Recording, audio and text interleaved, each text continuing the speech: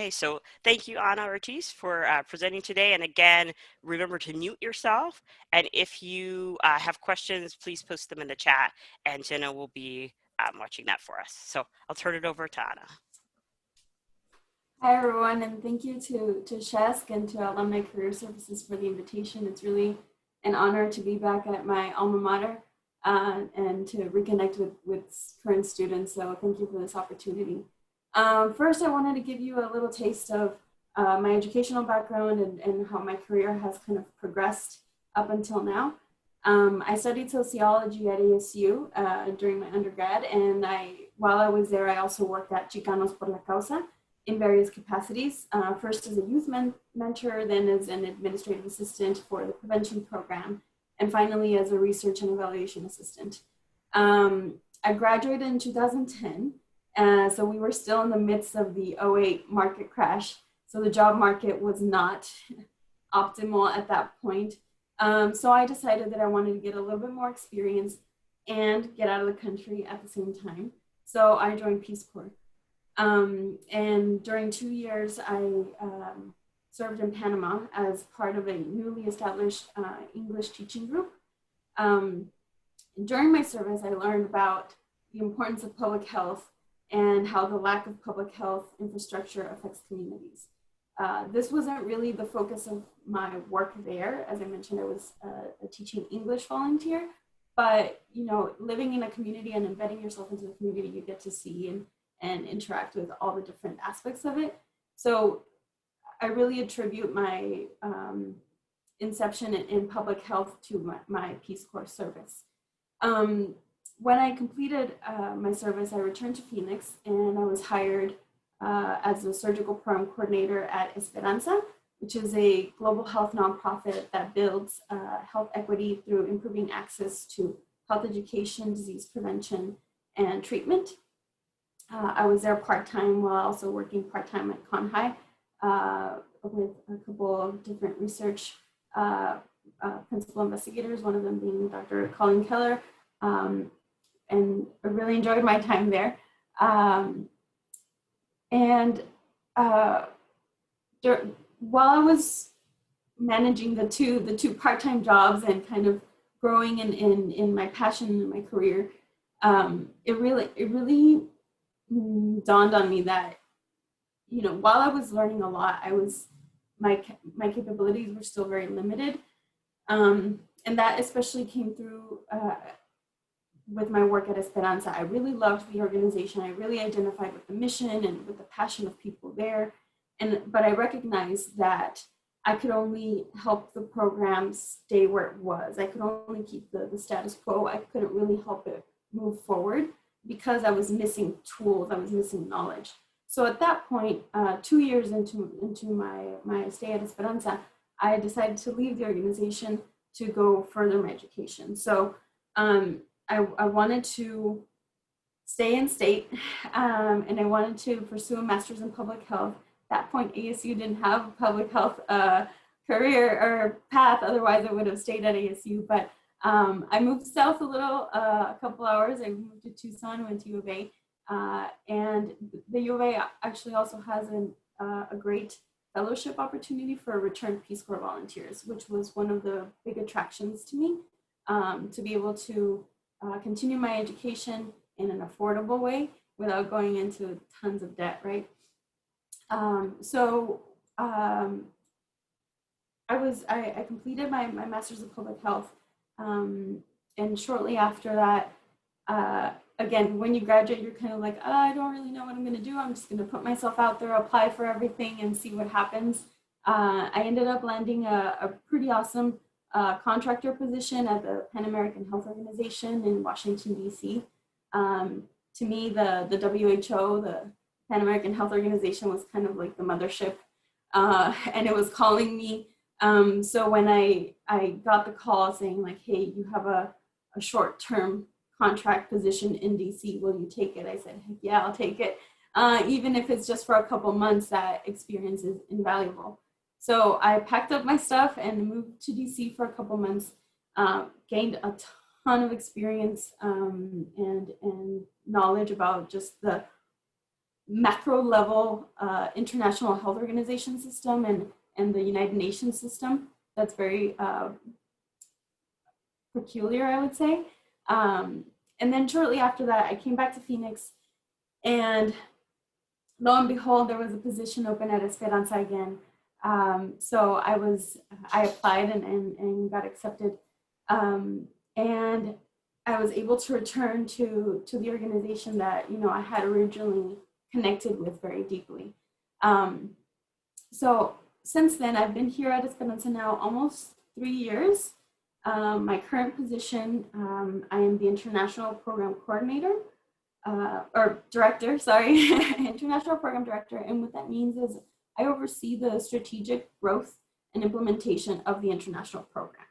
And the program itself really consists of three main components: community development, surgical missions, and medical equipment and supply donations. And as you can imagine, the majority of the work carried out by the program that I oversee happens abroad because it's the international program. So the way that we do that is we partner with NGOs that are grassroots. So if it's a nonprofit in Nicaragua, it's run by Nicaraguans. It's run by locals. It's not an expat organization. And we partner with NGOs that have similar values and goals, and we help them scale up the work that they're already doing. So the organizations we're currently partnered with are located in Nicaragua, Ecuador, Peru, Bolivia, and Mozambique. And I'm basically the axis that connects all of our partners together. And as that, I am responsible for maintaining the communication about progress of certain projects, new grant opportunities, and opportunities for new collaborations, either amongst each other or with external foundations, grantors, organizations, etc. The community development aspect of our work is led and implemented by our partners. However, the surgical missions and medical equipment and supply donation piece, that is led and implemented by us here in our Phoenix office. So therefore, I am responsible for the implementation, growth, and success of those specific programs. However, with all that said, I don't make decisions in a vacuum. I am in constant communication with our partners to ensure that what we are saying and doing here in Phoenix reflects the true needs and priorities of the communities in each country. Some of the most rewarding parts of my work, I would say I've met communities that have been struggling with dirty water and poor sanitation for years. They can't just go into the kitchen or go to the bathroom and turn on a faucet and get clean water like we do. Families have to hike into the mountains to get water from a natural spring, or they have to walk miles to a river to get semi-clean water. And don't get me wrong, the communities, they do a lot of the work when it comes to, building a new water system so they can access clean water. They do a lot of the work. But being able to play even just a small role in connecting the dots to make that happen is extremely gratifying. However, outside of all that and all the warm fuzzies that my work gives me, working internationally, it's not all like travel and culture like the documentaries on Netflix. Dealing with authoritarian governments, having your donated goods taxed and confiscated, and jumping through bureaucratic hoops to do good work is unfortunately also part of the job. It absolutely requires critical thinking, problem solving, and being quick on your feet. However, it all has to happen within the context of the country that you're working in. You can't just, come up with a solution and then try to apply it to every situation. It doesn't really work like that. It's never an easy solution, to say the least, I guess. In terms of my career trajectory and the normal, if you want to call it like that, the normal career trajectory in public health and the gap of minorities, racial minorities being represented in this field. I can only speak to my personal experience, of course. So in terms of the racial diversity in the field, I think one of it can be exemplified specifically by my experience being a grad student at the U of A, at the College of Public Health. As soon as I got there, I realized very quickly that I was one of the very, very few Latinos, period. I recognized my privilege as being white passing, as being a light-skinned Latina, but even then, I was one of the very few people of color. And even if you extended that a little bit further, the College of Public Health was surrounded by the College of Pharmacy, College of Nursing, and the medical school. And even within that larger neighborhood, I was still one of the few people of color. And that impacted me a lot. In one of the ways was that, you have a limited community of people that you feel seen by and feel connected to. But on the flip side of that, to me, it kind of resonated as a responsibility to represent and to represent well, which I think I did. I think I was able to hopefully keep the door open for other students of minority backgrounds to come through and keep doing good work in public health. I think the same can be said for the field in general. Black, Indigenous, and people of color are minorities in the field of public health. However, we still crave and we deserve the representation in order to address the disparities that are killing our communities at alarming rates. And, this is not going to be fixed overnight, but in my current role, I am able to see, we host a lot of ASU interns actually. And little by little, I'm starting to see more diversity come through in those applications and then the types of interns that are interested in global health. And that gives me hope that, we're making a difference a little bit by a little bit. In terms of entry-level jobs, internship opportunities in public health, global health, I wanted to start off by saying that just because a position is, quote unquote entry level doesn't mean that it's less essential than others. I think a lot of times we kind of tend to brush it off as, it's just an entry level, it's just an assistant, it's just a whatever, insert word here. And to me, a great example of that is community health workers. That's considered an entry-level position, but it's so key in public health. CHWs, to me, are poised to be the most influential health personnel in any given community because they have the skills to interpret critical medical information for all of us.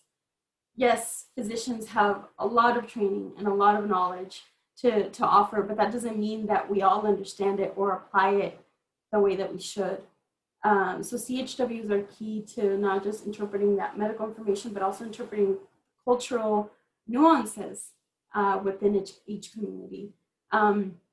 So other essential entry-level jobs are, for example, health educators, contact tracers. That's a key buzzword that we've heard a lot right now during the pandemic, right? And when it comes to searching for internships and just overall advice in getting into this field, I would say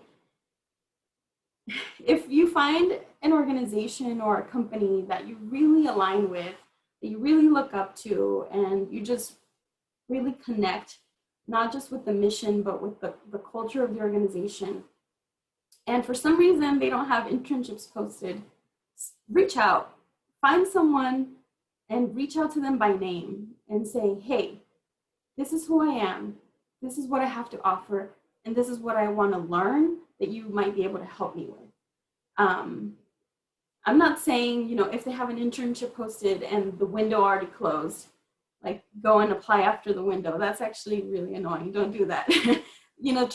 Read the instructions, read the instructions, follow the instructions. But if there is nothing posted and you really, really see yourself working for that organization and see that you could add value, reach out to someone, because you never know what might or might not be possible. And I'm speaking from experience.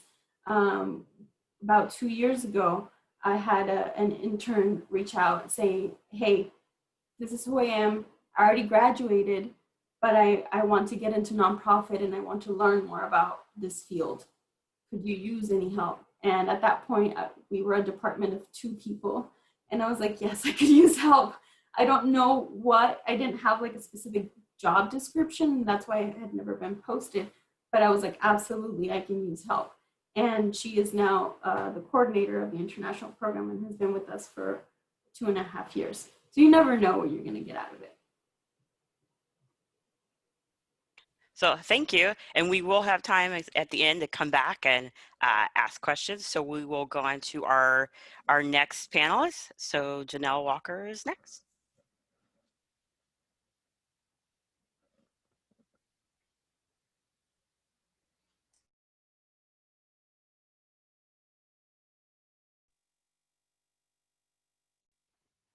Hello, everyone.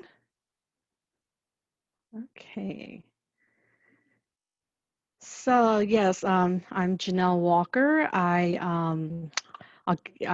went to ASU specifically during my time as a graduate student for doctoral programs. So I'll get to that a little bit later, but I'm going to take you on a little bit of a journey first. And I'll say this probably a few times throughout the presentation that the path is rarely ever a straightforward path where you'll know every step in the path. So just remember that anytime during this presentation, throughout all of our presentations, and when you are on your journey.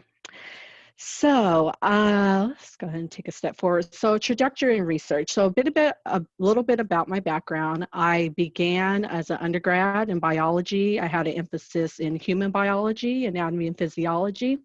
And I really thought that my goal growing up was I was going to go into pre-med and become a pediatrician. That was my initial thing going up all the way through high school.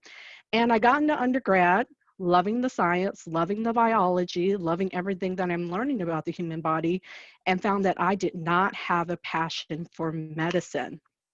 And that was a little jarring, especially since I had already been a couple of years in, was in pre-med club and really preparing to go into the medical field.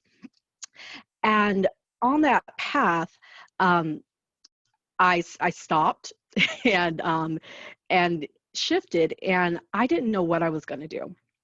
And I then decided to look at, okay, physical therapy. That sounds like a good career. Let me give that a go. I had a lot of the prereqs already, and I thought about, okay, let's move into that. I applied to one program, and I got waitlisted. And I remember looking at the letter, and I said to myself, okay, kind of shrugged my shoulders. At that point, I realized there was a major issue because I didn't care because I didn't have a passion for it. So in this trajectory, as you go along your career path, try to align with your passions, because that will really help you go far. And we'll speak to that a little bit more. And so I then stumbled upon, I did my master's in undergrad at the same university, at Eastern Washington University. And I began to find out about the field of exercise science. So sometimes and I'm gonna go back and forth with some of the issues, the racial issues can play a role at multiple levels. And part of that, I even contribute to not knowing about the breadth of what you can do in the field of science. And I really thought I only had one path growing up because I love the human body so much. And then to get to this point where I was at my undergrad position and then moving into, found out about a master's in exercise science. And so my thesis was in exercise science, specifically biomechanics. And then at that point, I got into research, and I got into that position because I had an advisor who was great at the time. And I realized that I wasn't being challenged as much as I needed or wanted to be. And so I decided to make a hard decision and switch advisors. That was the best decision that I could have made, because that shifted me into the research realm. She really set me up, pushed me, had me apply to different conferences with some research projects, and my thesis ended up at that time winning a award, and I was able to present at a major conference, and that's where I shifted into research. And so on that journey, I'll continue on this path that, as I said, is really straightforward. I began to apply for PhD programs. And PhD was something that, as I said before, was not really in my wheelhouse of thinking. And when I started thinking about the programs, I thought, okay, you know what, I'll stick with exercise physiology. I applied for only exercise physiology PhD programs. And I remember a specific interview, another key change, where I was interviewing with, I believe it was at Texas Tech. And the interview went great. Came back, I knew it went well, and I didn't get in. And I then decided to call the main person I interviewed with, because I knew it went really well. And he said to me, Janelle, you don't want to work with individual cells. You want to work with the whole person. And so at first I was taken aback, but then when I thought about it, I realized he had deduced from all of my words and everything that I said in that interview where I really wanted to be. And in essence, knew that I would be disappointed if I took the trajectory that I originally wanted to go, only because I thought that was the next logical step in the path. So fast forward, I then started looking at programs that dealt with the whole person, and found at the time the program was called Physical Activity, Nutrition, and Wellness in the School of Nutrition and Health Promotion at ASU. The college has now changed. I believe it's College of Health Solutions, and I believe the PhD is Exercise Science and Nutrition. But I saw this program, I saw the content that it had, and I realized this was me. So that was the only program I applied to that year, and that was the program that I got in. So within the program, I had the opportunity to work with multiple advisors, one specifically, and this was my first step into international research, and worked on a workplace study with Karolinska Institute in Sweden, and also had the opportunity to take a course in the EU there and spend time there with the research project. And then my dissertation was very much well-rounded after focusing in the whole wellness aspect of the program.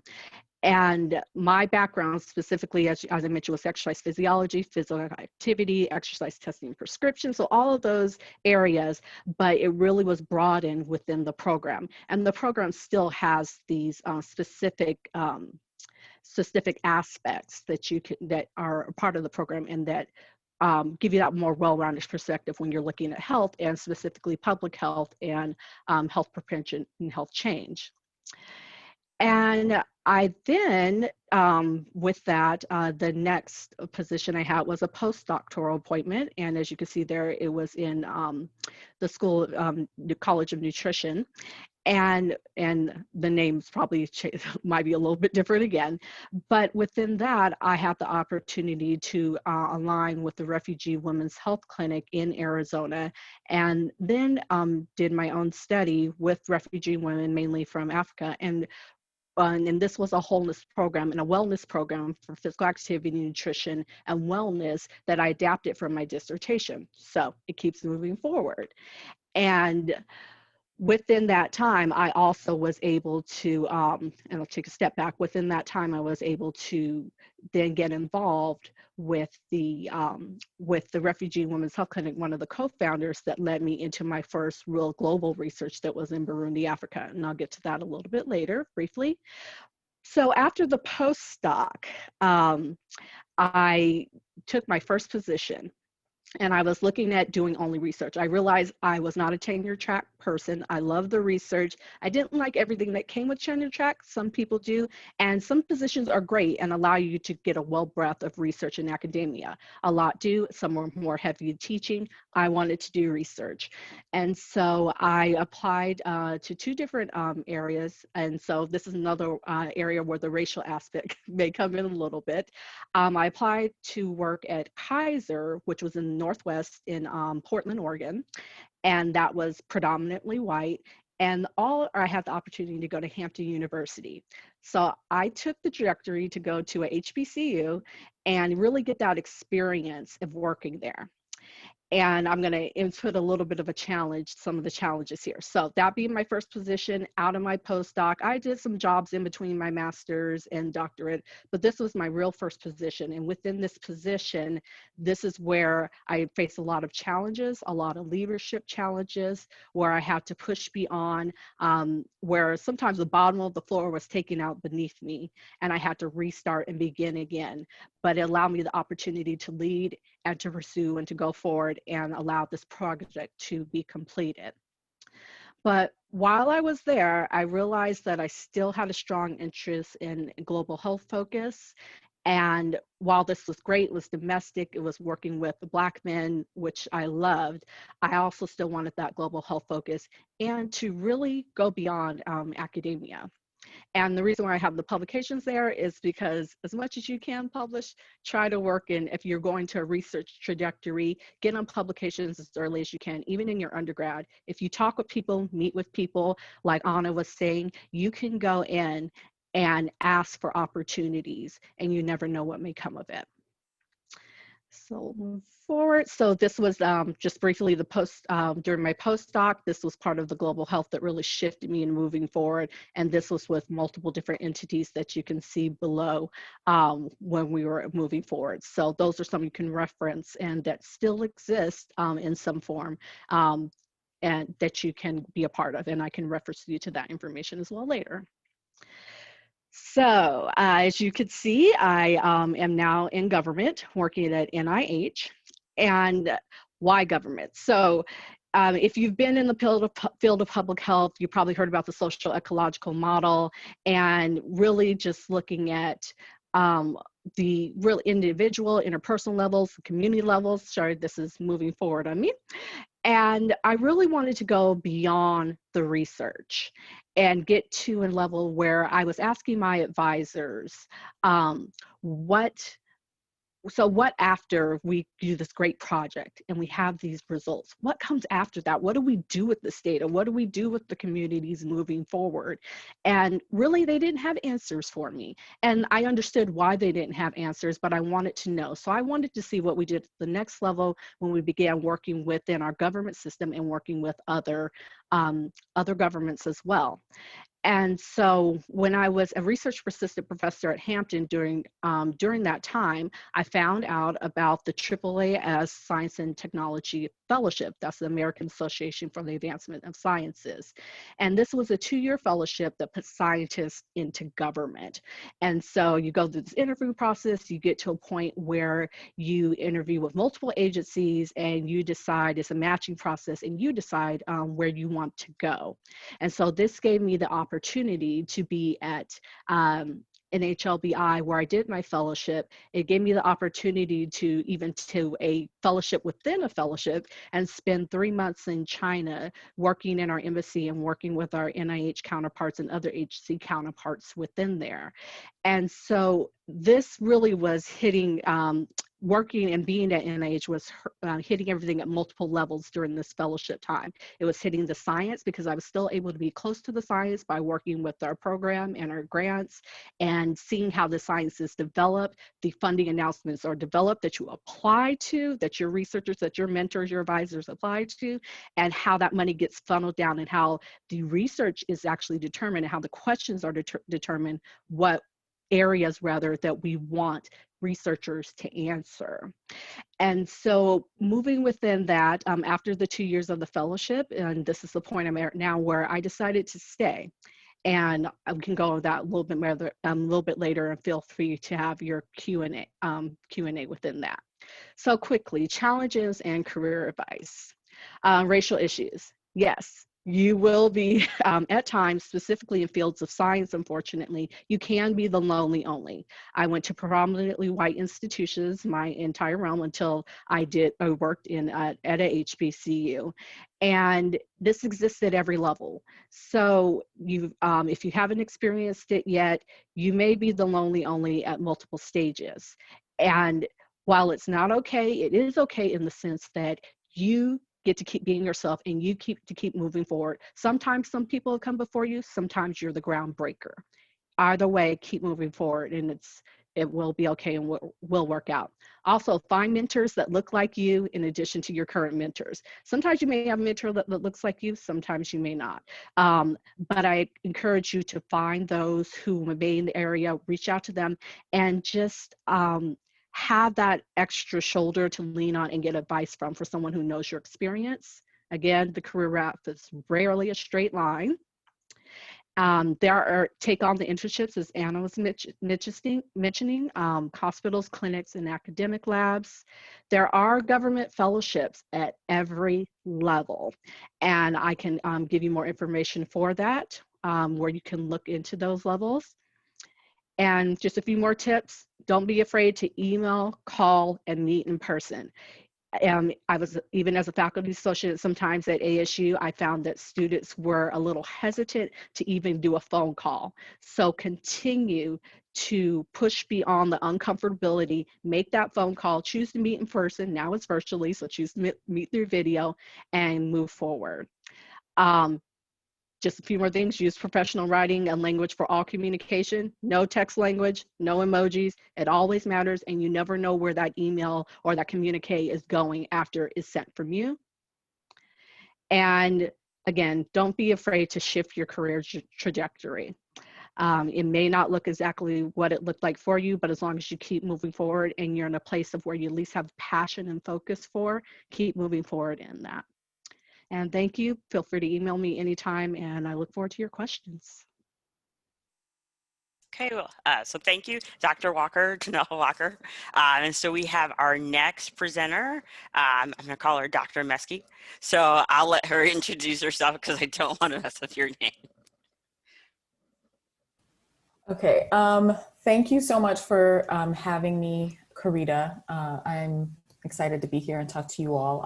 I didn't put together a PowerPoint presentation, so I'll just be chatting with you all. So my name is Meskedem Gebreegzaber. I'm a clinical professor at SHESC and an anthropologist by training. I'm also the Director of Inclusion and Community Engagement at SHESC, which is the School of Human Evolution and Social Change, I should probably say, since I understand we have more than folks from our unit here today. So talking a little bit about my academic trajectory, I have a bachelor's degree in English literature and with a minor in anthropology. I should say, like both of the panelists before me, I started somewhere and ended up somewhere very different. When I started my undergraduate education, I was pre-law. I was in the pre-law club. Just like Janelle was in the pre-med club. And I had every intention of going into international law and international human rights law and trying cases in front of the International Criminal Court in Geneva. That was my plan at The Hague.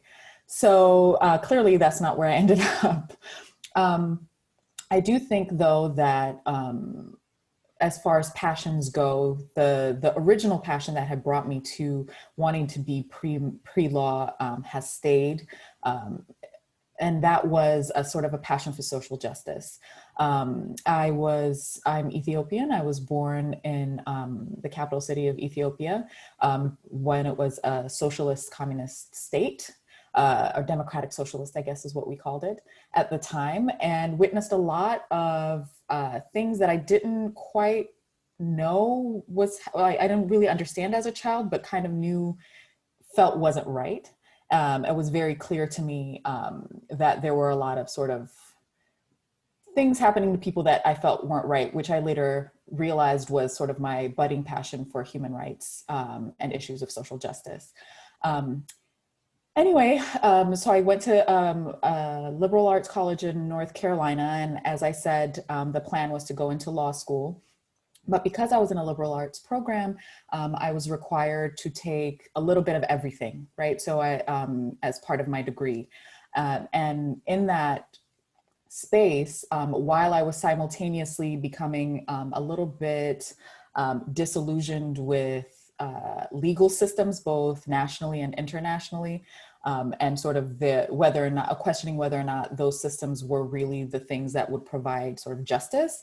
I was taking, as part of my required courses, anthropology courses to meet my social science requirement. And I got really interested in that. I took an archaeology class and I got really interested in it in that sense, but it sparked my interest, but wasn't quite what I was interested in doing. And then I took an introduction to sociocultural anthropology class, and something kind of clicked for me there.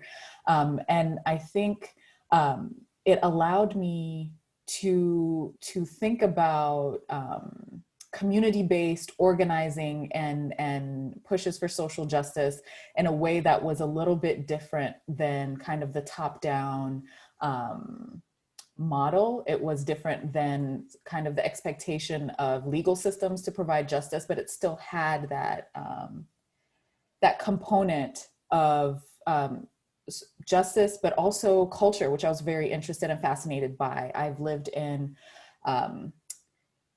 I've lived in 3 continents in my life and experienced many, many cultures, something like 13 or 14 cities.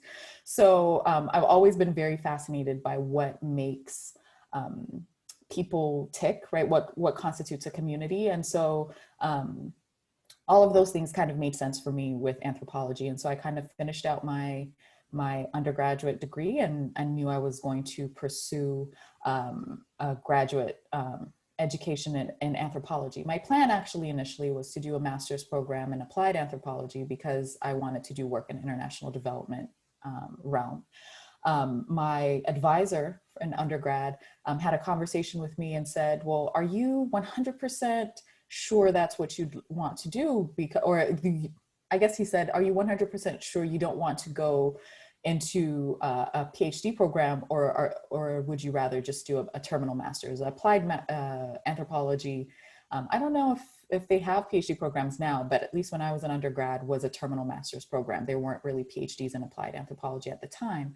And so he said, if you're not quite sure, you should apply to some terminal master's programs, but also some master's PhD programs, just to see and keep your options open. And so that's what I did. And I ended up going into a master's and PhD program, honestly speaking, at the time, because all of the terminal master's programs had very few funding support. You had to pay for those, whereas the master's PhD programs had tuition coverage, whether it was through fellowships, et cetera. And another person, a mentor, once told me that if you're paying for a PhD, then you're doing it wrong. So I kind of went that route, but it depends, depending on the day, I'm glad I did. So my degree, I went to Michigan State University and I did a PhD in sociocultural anthropology with a specialization in gender and international development. And so again, like I mentioned, I was still kind of on that path where my plan was to work in the international development, community development sector, but I was more interested in working with community-based grassroots type organizations. And that was another thing that I realized after doing an internship with the UNDP, which is the United Nations Development Program in Ethiopia. That, as an aside, something that Anna mentioned, 2 things that Anna mentioned earlier. I got that internship. They didn't have an internship program. I really wanted to do that work. And I also wanted to go back and visit Ethiopia and kind of have a legitimate reason for being there for an extended period of time that wasn't just vacation. And so I reached out to the country office there, and they didn't have any internships, because I think by some as a policy within the UN, they don't do unpaid internships. Well, they do unpaid, but they give you at least a stipend, and they didn't have a budget to provide a stipend for interns. So they had cut the internship program that year. So I wrote a letter, reached out to the country director and said, you know, I'm living at home. I have all of these things covered already, so I'm willing to work without a stipend. That's not necessarily fair to a lot of people. I was in a very privileged place, right? Like a lot of people can't afford to work without any kind of stipend, but I was lucky and able to do so. And so when I said that, they said, well, great, then we don't have to pay you. You're just coming to pay for work for free. Come on down.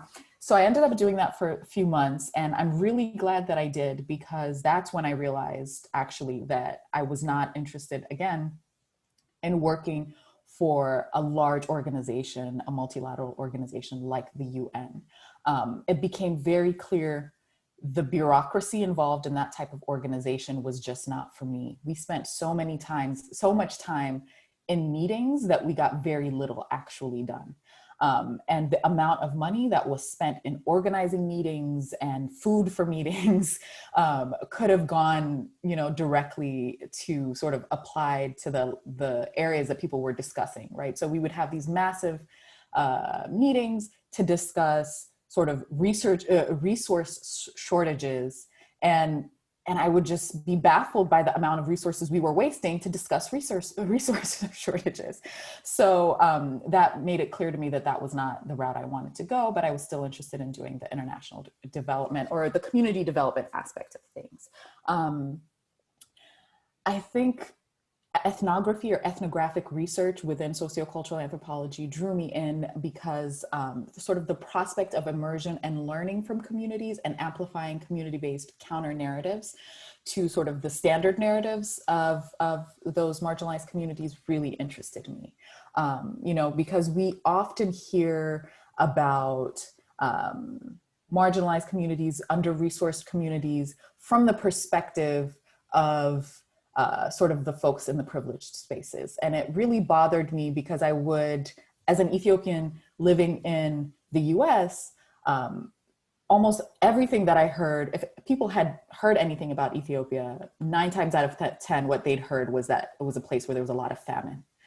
That was the first thing that came to their mind. And so it was very clear to me that there was a lot more to be said about Ethiopia than it had experienced a large chunk of time where famine was an issue. And so from my own experience, I became motivated to sort of work with communities so they could sort of tell their own stories and not, and sort of push back against popular narratives or dominant narratives that painted them in a particular light or in a very kind of flat monolithic light. So I did my research for my dissertation in India. I did work in New Delhi, the capital city, with women living in informal settlements. And we looked at, I spoke with them and community organizations, NGOs, as well as government organizations, to sort of look at the experiences of poor women living in those spaces and how they navigated to get their basic needs met.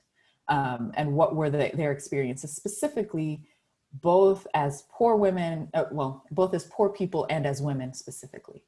And so that was a very interesting experience. It was a very heartbreaking experience to witness a lot of the things that the folks lived through. They were living in constant sort of fear of their homes being demolished.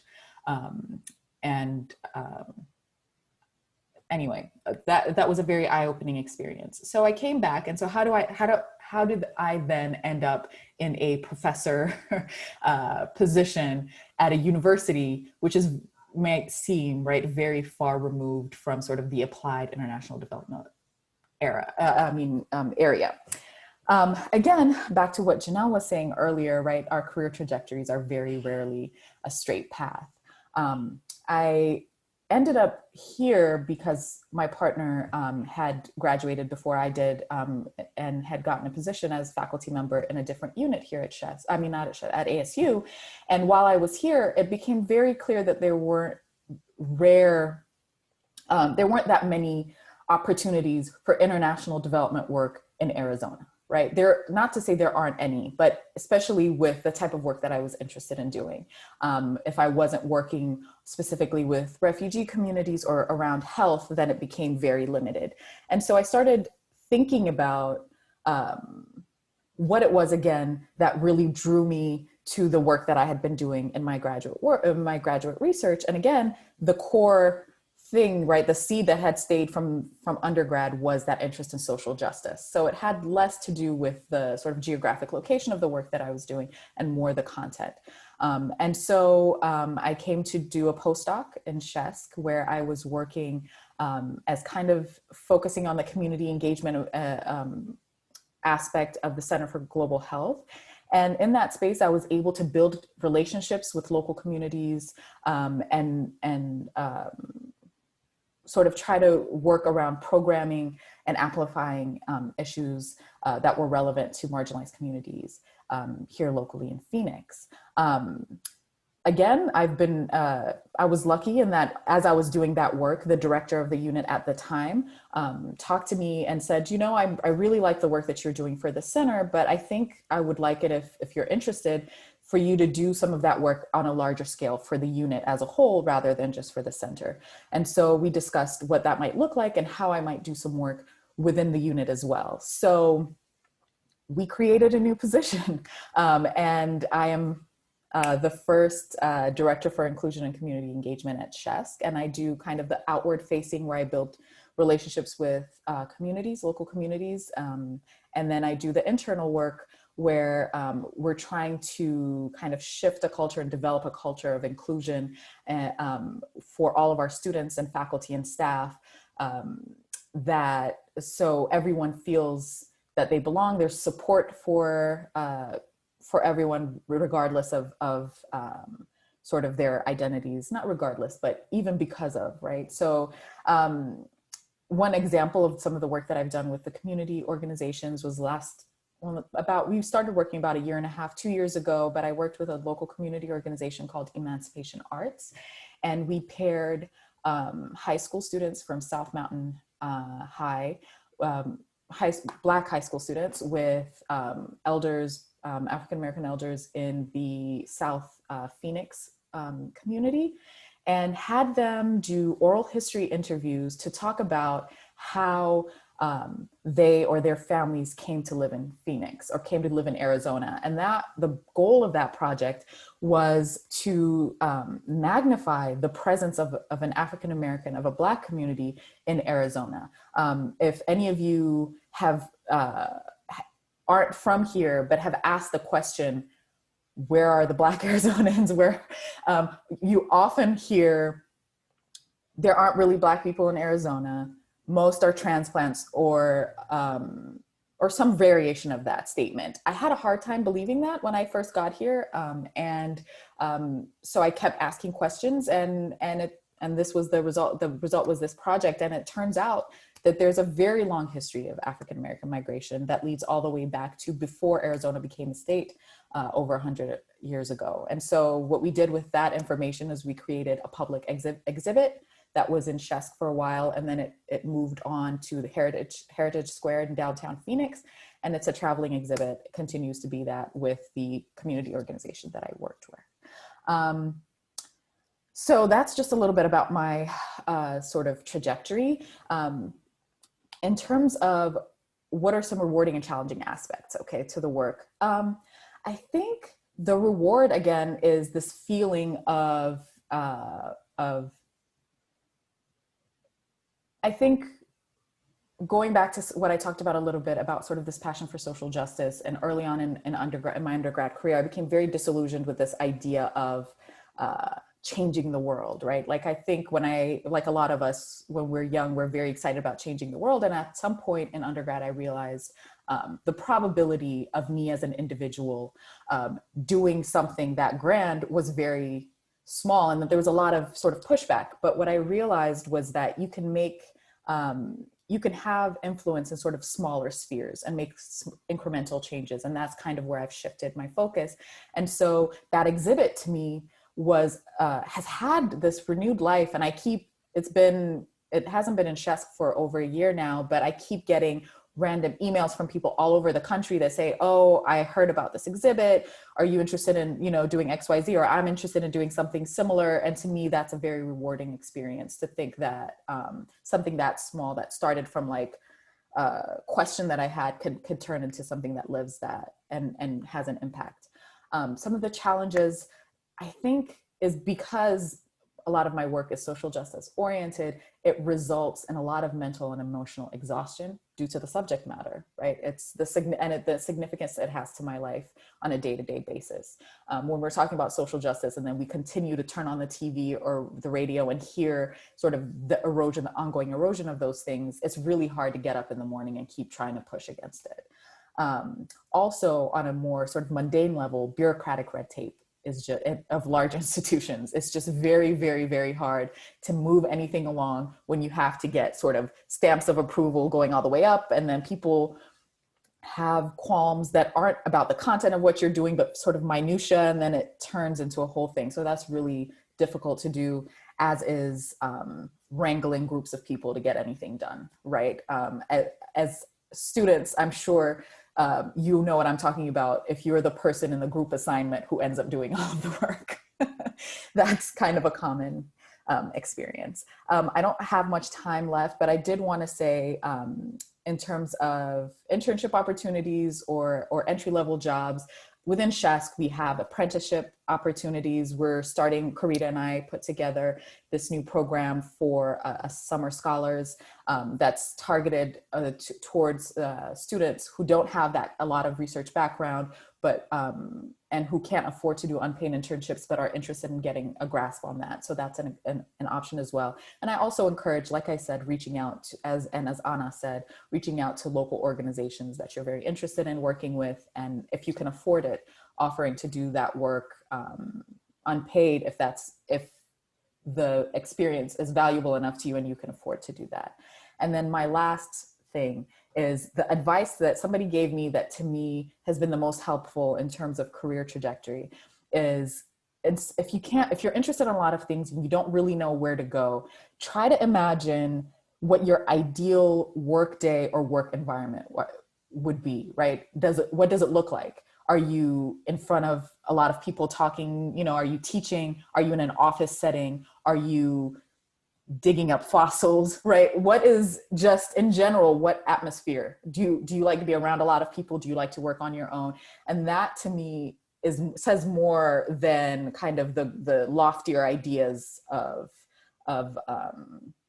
because we don't really know what it is to be a lawyer or a doctor or whatever until we're in that role, but we can kind of know what spaces, what environments work for us or let us shine. So I think that's the advice I have. Thank you. Okay, so thank you. So we have our next speaker, and then I know there's some questions in the chat. Then after our last speaker, we'll circle back around to some of the questions. Okay, so I'll turn it over to Dr. Tucker. Hey, how's everyone doing? Hopefully you can see my screen. I think the way you ended that conversation is my example. So I'm Dr. Telpriori Greg Tucker. I just go by Greg on the ASU campus.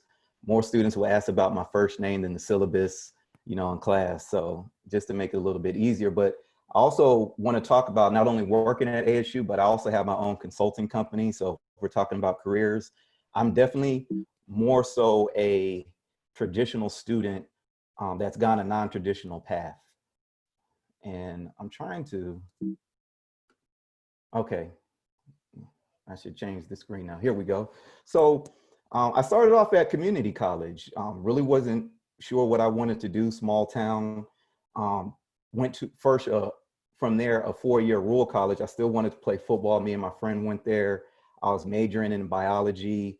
And I used to watch that TLC show when they used to do the surgeries when it came on cable. And I was like, hey, I don't want to be a surgeon anymore. So I ended up seeing that, hey, maybe why not be a pharmacist? And a lot of that curriculum was in general chemistry. From there, I definitely excelled in general chemistry.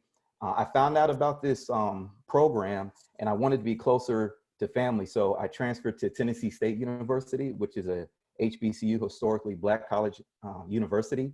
And then from there, I kind of studied more so biochemistry and chemical biology. I ended up graduating with a bachelor's in science and chemistry, almost doubled majors in biology. And even then, I still wasn't quite sure what I wanted to do.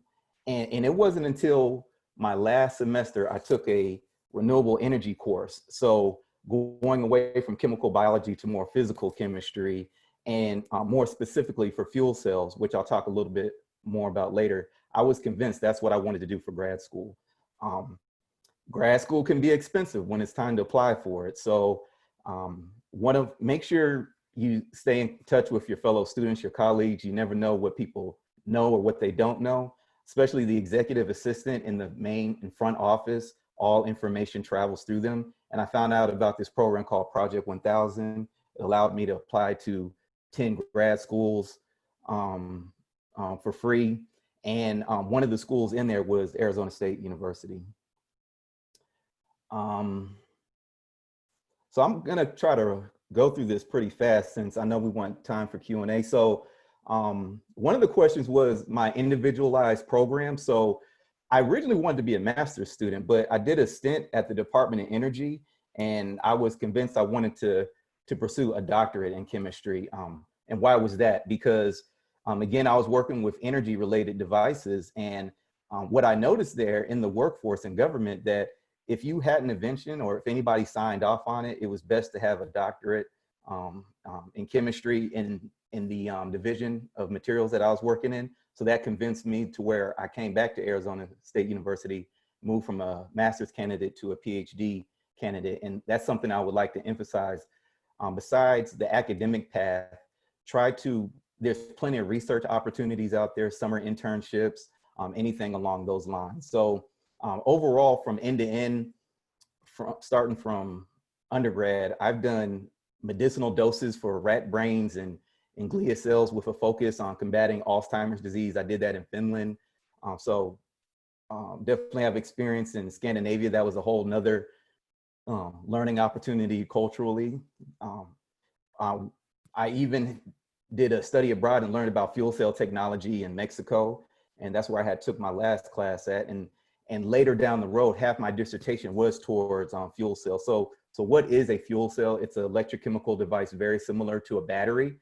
So your battery is for energy storage, and your fuel cell is for energy generation.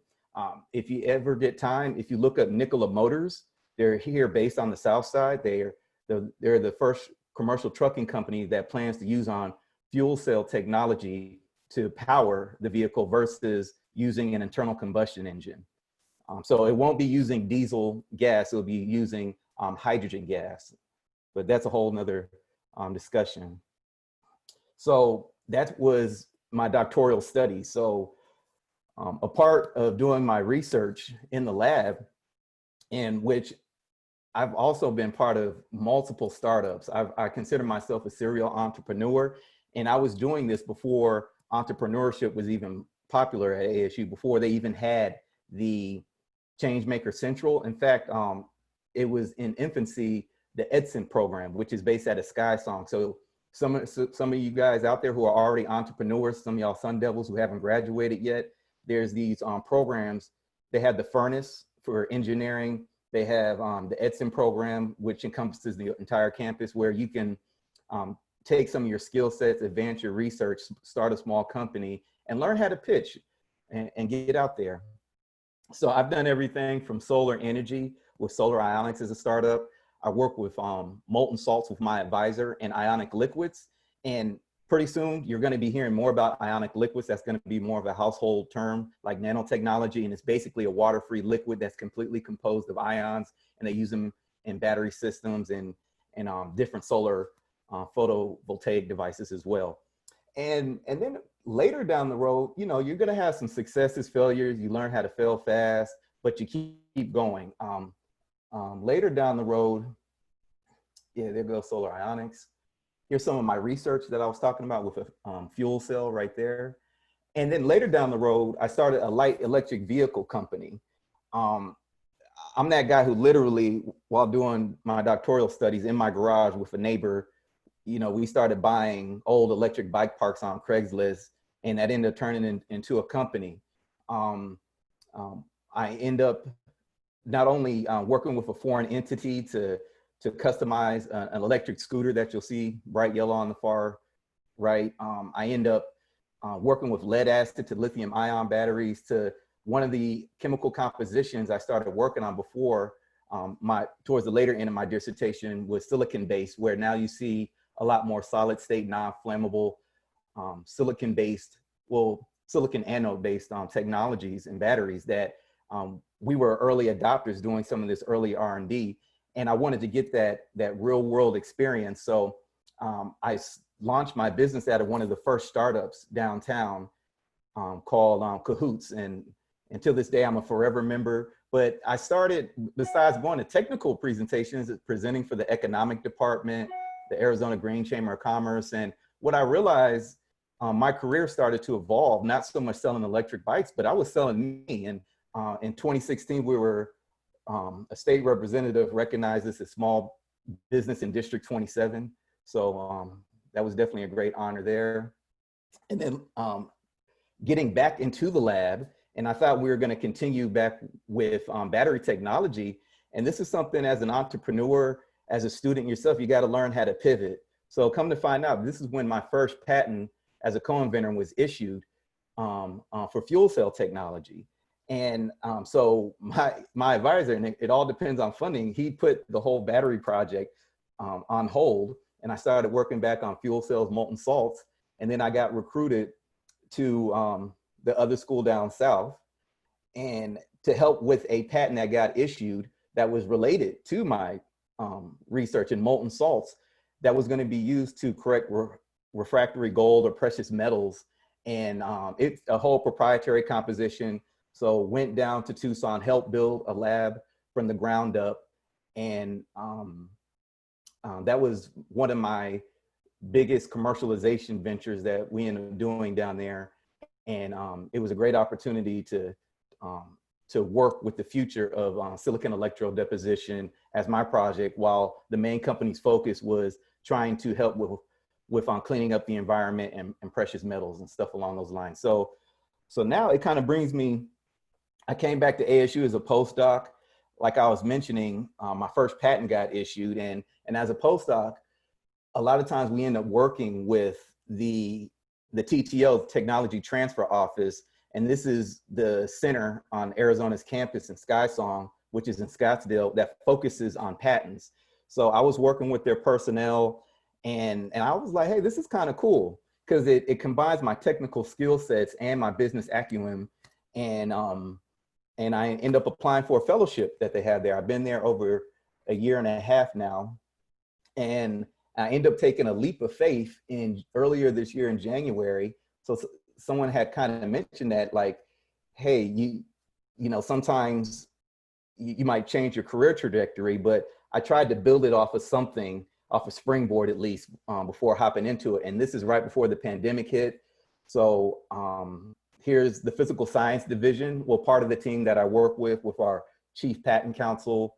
I'm the fellow, but you can consider my position as a scientific analyst or technology technical specialist. I work with our commercialization agents and then also patent attorneys, and I'll talk a little bit more about that. But really more so with my job, what I end up doing is looking at all the different technologies and inventions that come through ASU from faculty and students. So first and foremost, let's talk about conception. You know, a lot of times as researchers, especially students, when we're in the lab, we're not only focusing on our dissertation to get a publication or present it publicly, but a lot of times there was a discovery that is a new invention to the world that can also advance technology or help with the betterment of society. So that's where we come in. So if I'll actually put in the chat my information in the link where you can submit an invention disclosure form. You definitely want to talk to your advisor about that. But this is a way that, this is the process where you can get a patent. And I just want to kind of touch on that a little bit. So after that conception, you find, if you go through the document, you can see how to submit that. And there's 4 different types of intellectual property. You have trademarks, which are secrets that you don't disclose. You have your design patents. So maybe some of y'all are creative or in arts, it's ornamental. You have your utility patent, which is enabling. it's a patent that gives you some kind of functionality. And then many of us copyrights. So if your notes, anything that you're writing, you can still submit this to ASU, hopefully as a grad student or working with faculty member as undergrad, and you can push some of those inventions or concepts, ideas through our process to where you can obtain rights for those. So yes, we are that hub for invention and ideas. And a perfect example of a trademark, besides trade secrets, Sparky. I always thought this was hilarious because classic movie, Jerry Maguire. And I think this is a great way, since we're all familiar with sports, but basically, if you guys remember Rod Tidwell, he went to Arizona State in the movie, and that's the talent. You guys are the talent. You guys have the ideas, the inventions, and we're more so Jerry Maguire in the movie, excuse me. And that's what we're doing. So not only do we help with the patent prosecution process, but then we have other associates, when I'll talk about their positions, that go out there to license your technology to the world and have companies license it. And that's where not only is it great to do the R&D in the labs, but at the end of the day, be humanitarian, publicize your research, but then also get royalties off this, especially as a grad student. You can use every dime that you can get. And so basically what I do, once you submit the invention disclosure form, it has to have novelty. It can't be obvious. So obvious means someone practiced in the same ordinary skill could not see that could be easily duplicated, or it can't be anticipated. So prior art, previous patents that have already been out there. So I do the tech evaluation form with the team. We get it approved by our patent attorney, and then you're off. You get the first to file, so your patent's filed, and then it is considered pending from there. And then there's a whole process that it takes 3 to 4 years, costs tens of thousands of dollars, but that's where ASU helps its faculty and students if you're doing a project related to this that's been kind of submitted as well. And something kind of unique about my job, I'm the go-to guy. I generate internal reports. I help after the patents come through with non-confidential summaries, so advertising it to business. But then again, I said this happened when I kind of went into this intellectual property space full time, is that the coronavirus hit. So we're separating the life science division and physical sciences division.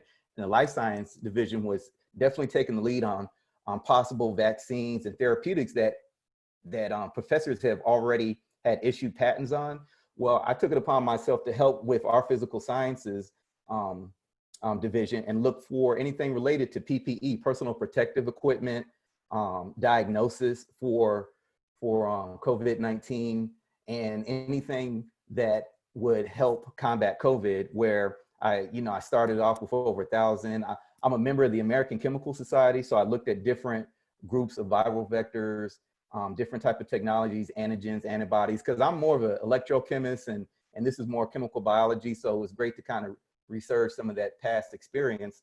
And later down the road, I would ask, some of the life science team, hey, some people had more experience when it came to virology and stuff along those lines, to where we actually narrowed it down to, I think it was around over 100 intellectual properties specifically from ASU, available patents from faculty. So, and just in time, because the United States Patent and Trademark Office had actually launched a worldwide website called the Marketplace, where they marketed different patents as well. ASU was able to do that as well. So that was something that was really rewarding. It was an opportunity for me to kind of, who knew, like in the patent space, I could be proactive and help combat COVID. So that was very, very rewarding. And I kind of mentioned some jobs. Oh, and here's some of my co-inventors I've been on with. That's Austin Angel. He's the PI for our lab, and we're actually working on a patent that we're filing now. And that was kind of the invention disclosure form. So I'll put that link up, and here's some of the main things to worry about: the conception of the idea, inventors, a detailed description, and that's all the details, because that will be kept in secrecy, and we'll definitely go work with you to how to publicly disclose it with non-confidential summaries to attract businesses and stuff along those lines. And I'll talk a little bit more about an issue patent, patent number, inventors, the title abstract, and most importantly, the claims is what protects your invention from being used by anyone else.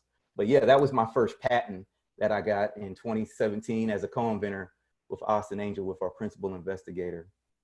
And just, I guess some of the positions, like I mentioned myself as a scientific analyst, technical specialist, a fellow, you have your patent attorney. So definitely go into law school for that.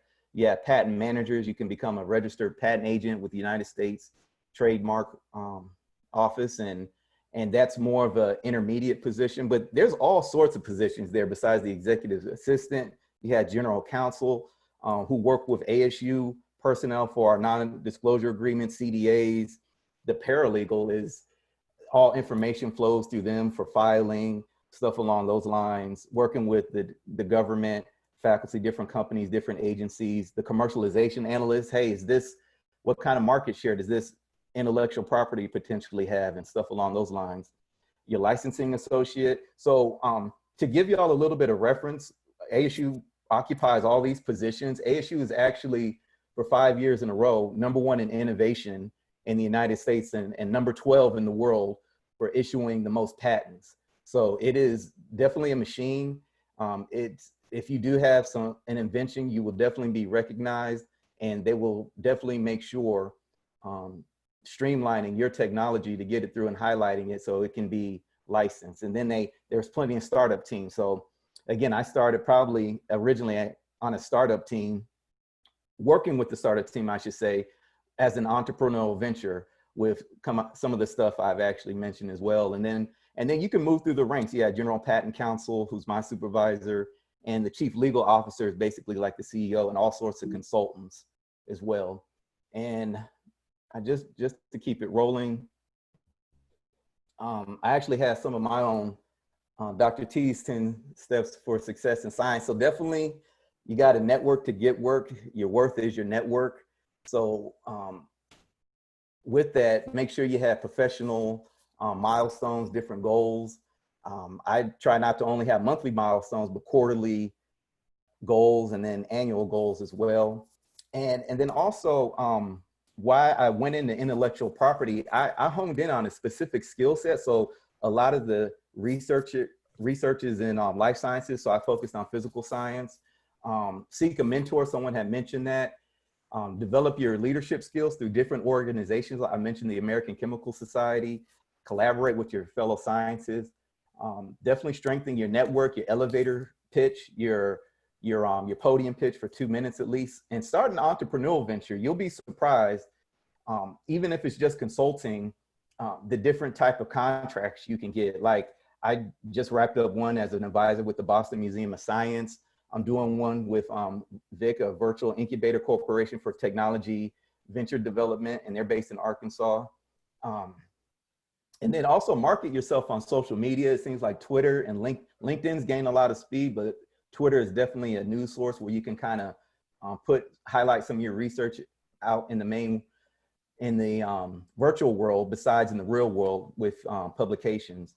And then also, besides peer-reviewed journals, there's a lot of places that you can, platforms that you can highlight your research.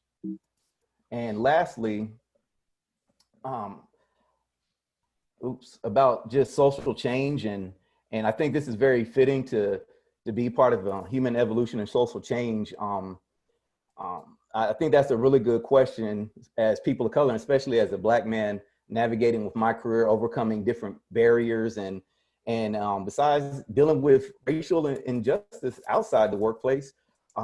But there's some of it, profiling and harassment, like, yeah, with police authorities. I've been in handcuffs myself. People say, well, that doesn't happen to you. It does.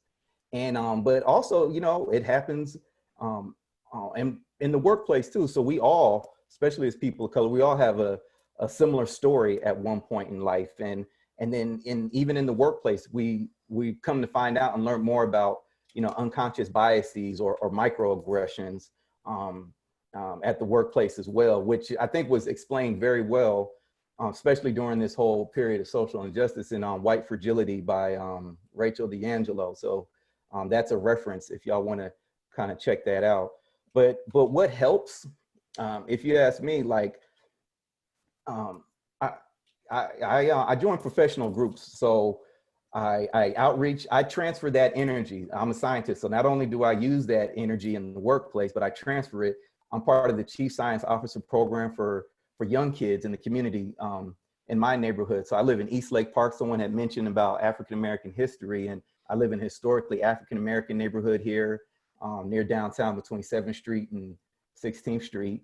And I help the young people to show that this is a possible career in their immediate future.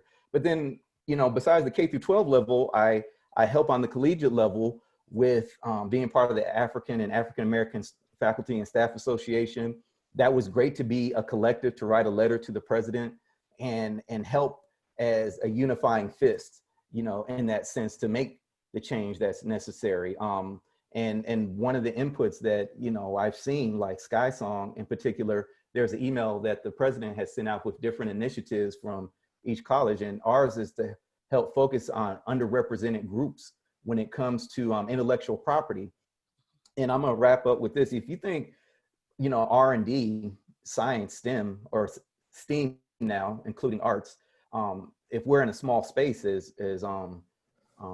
people of color, it's even smaller when it comes to intellectual property. The height of patentship for African Americans was 1899, and this was a study done by Lisa Cook from Michigan State. In fact, it's been so impactful, she recently became a fellow for the United States Patent and Trademark Office, and this is coinciding with the Success Act. And more recently, earlier this month, the director had mentioned that of all issued patents in 2019, only 13% were issued to women. So even gender as well. And then of that, less than 13% was minority. So I heard this before, and since again, we're talking about social change, if you can protest in your practice, do that as much as possible. And that's what I'm doing right now with outreach and telling people about intellectual property, the process, and entrepreneurship as well. So, and this last slide, speaking of, just highlighting things that maybe people don't know. I used to be a liaison for the mentoring program in the graduate college, and someone found this in archives and they brought it to me, and come to find out, Dr. Jesse Jones was the first person, not just African-American, but first person to graduate with a doctor of chemistry from the chemistry department. And he was one of 4 that was first issued back in 1963 when the Arizona State system first started offering doctorates. So definitely good history, something I like to highlight when I get a chance. And thank you, and hopefully we have some time for Q&A. Okay, so thank you to all of our panelists. A lot of wonderful information and insights. I know there's a couple of questions. So I know Greg asked if you could restate in the chat the name of the Phoenix-based company you referenced earlier during your presentation.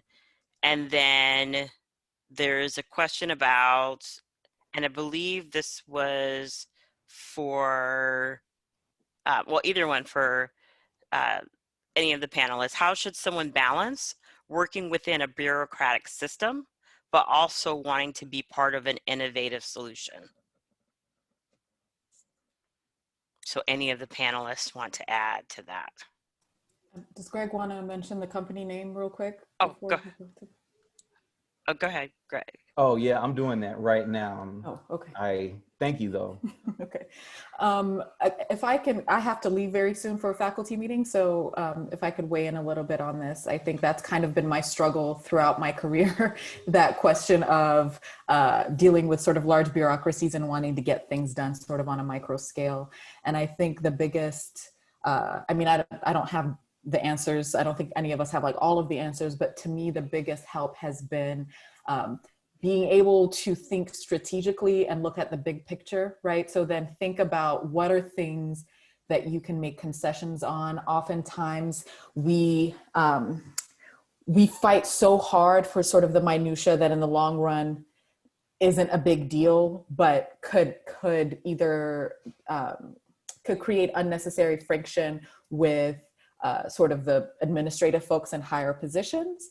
And so sometimes just learning to pull back and then focusing on sort of putting all of your energy on the thing that you really do care about. And that way, by avoiding sort of the unnecessary friction over sort of the minute things that weren't going to make a big difference anyway, you can build or maintain those relationships and get the support from the administration when it really matters to you. So to me, that's kind of how I think about things. I think try to look at the big picture and what's the best strategy.